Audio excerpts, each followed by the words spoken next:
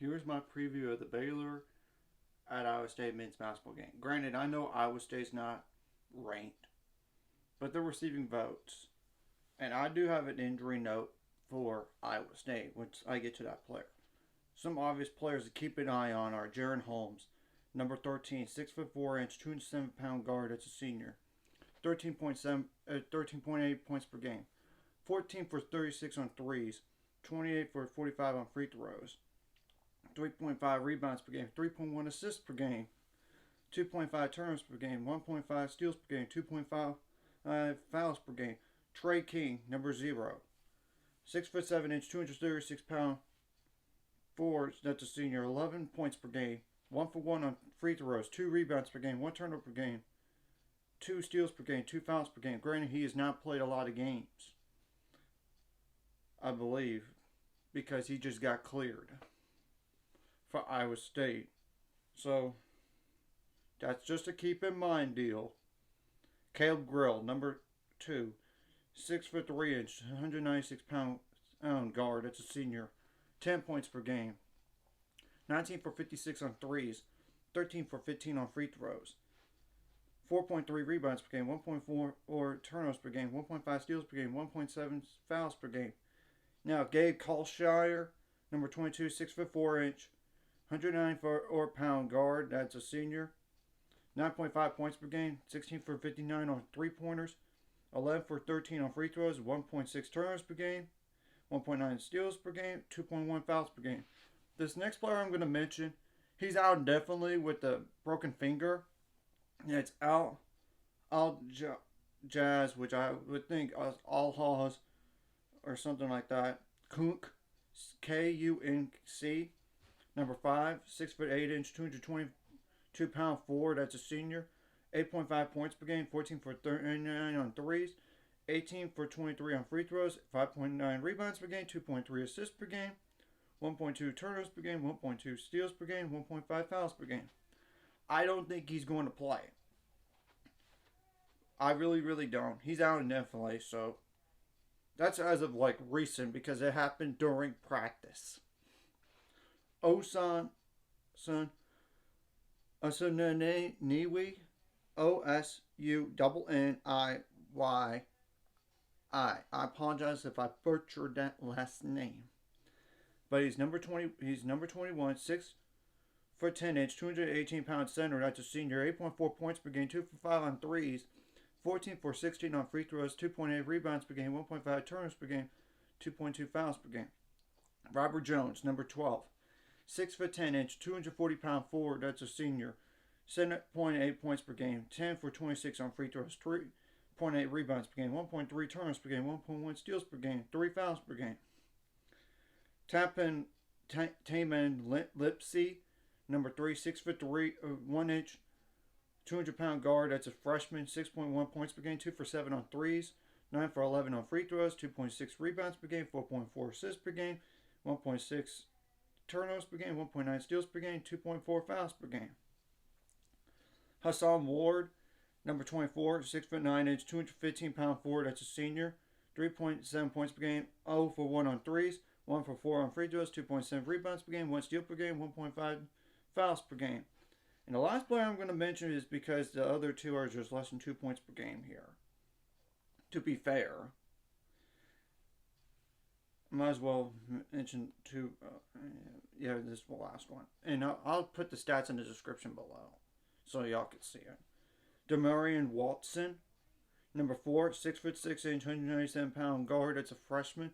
2.3 points per game, 2 for 11 on threes, 3 for 6 on free throws, 3.4 rebounds per game, 0.6 turnovers per game, 0.9 fouls per game.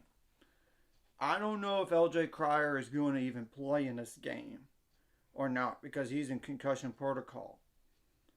I don't know, but we got to make adjustments if he can't play for whatever reason.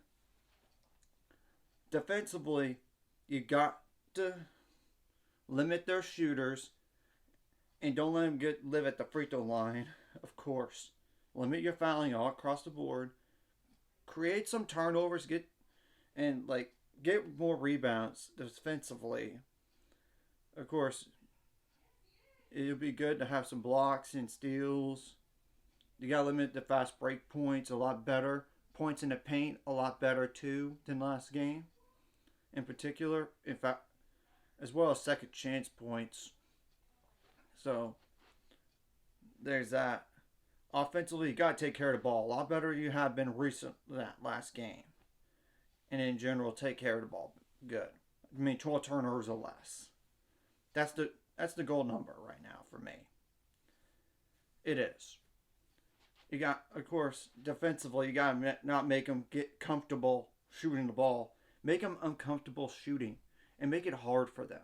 Now, offensively, you got to get the best shots you can and execute your pass. I mean, be crisp on your passing and ball toughness. But and you got to get some rebounds. You got to get some second chance points, fast break points, points in the paint if you can. I mean, like, penetrate. And, of course, get some open threes in the game. That would help open up the offense some and make your free throws count, obviously, and draw fouls, which I'm not going to say that's a key, but it would help to draw some fouls.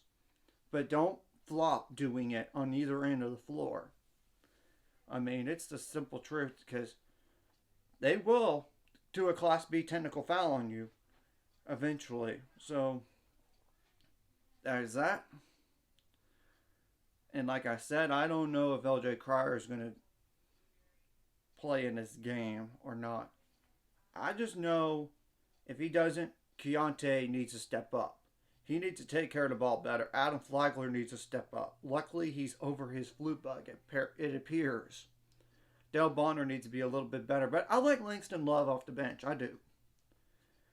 It would also be helpful to have like Caleb Lohner and Jalen Bridges step up either in scoring department, which it would help, and rebounding besides defense.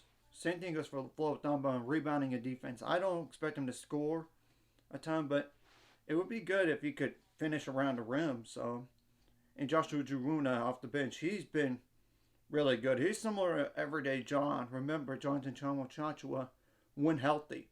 So I think he could help in this game offensively a little bit more than Flo Thamba can. And of course, if Jordan Turner needs to play, he needs to play. We're going to have to wait and see right before game time against Iowa State on this LJ Cryer thing. And hopefully, if he doesn't play in this game, he'll play in the next game. But concussion protocol is kind of tricky, of course. So, there's that. And I know this team is going to be ready to go. And you got to come out with the energy on both ends of the floor. And, of course, you got to make energy a key priority and not play down. I mean, you got to put the pressure on Iowa State at their place. And I know we haven't had a lot of true road games. Just really that Marquette game, and we know how that went. But I think we learned that lesson. Ever since that game, the defense has been a lot better. When you look at the numbers in terms of percentages and points per game allowed. So, you got to make them struggle in shooting department. You got to make Iowa State struggle shooting the ball in this game. Because if you could keep them off the board as much as possible and you could score on them, which I know Iowa State defensively is a good team. They are. They're 9-2. And granted, they have not played in 13 days when the game is going to be played because they had to cancel a tune-up game right before Christmas. So, and at least we got a game to get all that rust off. And you got to do better on free throws, like I said, from the Baylor perspective here. Because you missed 11 free throws or something like that. And Iowa State does give up 56.9 points per game. But they only average 70.9, which granted, we know some of those numbers could be skewed because of the opponent. 33 rebounds per game, 2.2 blocks per game, 11 steals per game. Which we know, stats sometimes can be skewed in general. no matter what. So that's just, and Iowa State only averages like 70.9. Baylor averages 80.8, while allowing 65.4, which I think it's been a lot better as of recently. So, anyways, if you like this content, hit the like and subscribe button. I see you guys later. It's getting up to 500 subscribers now. Let's go. And the Big 12 is going to be a war. This is game one of it. You got to come out ready to go here. Let's go.